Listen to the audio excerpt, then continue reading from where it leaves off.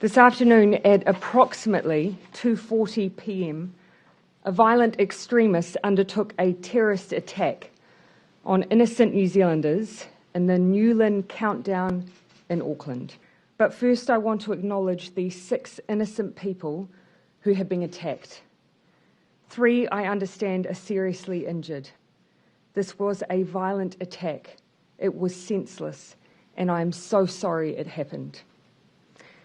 The attack began at 2:40 p.m. and was undertaken by an individual who was a known threat to New Zealand.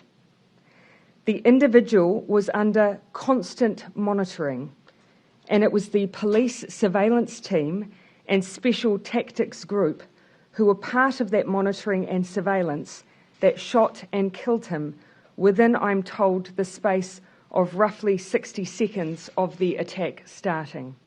The terrorist is a Sri Lankan national who arrived in New Zealand in October of 2011. He became a person of national security interest from 2016. The detailed reasons he is known to the agencies is the subject of suppression orders made by the court. In my view, it is in the public interest to share as much as we can in this case. I'm seeking advice on what we can do to facilitate that sharing of information as soon as possible.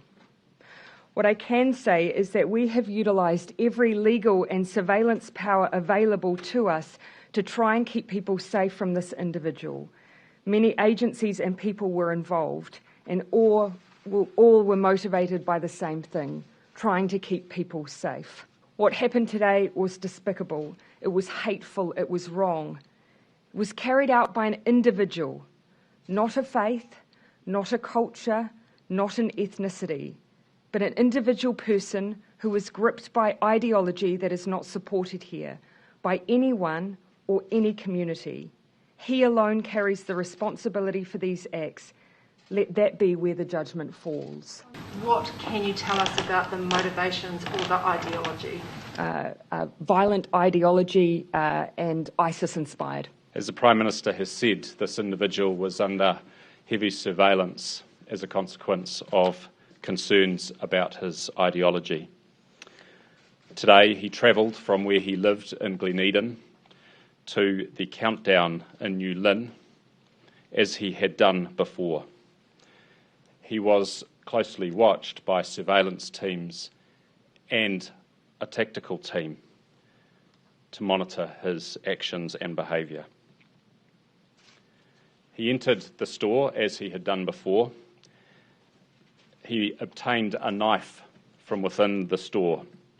Surveillance teams were as close as they possibly could be to monitor his activity. When the commotion started, 2 police tactical operators from the STG moved to his location and engaged him. When he approached them with the knife, he was shot and killed.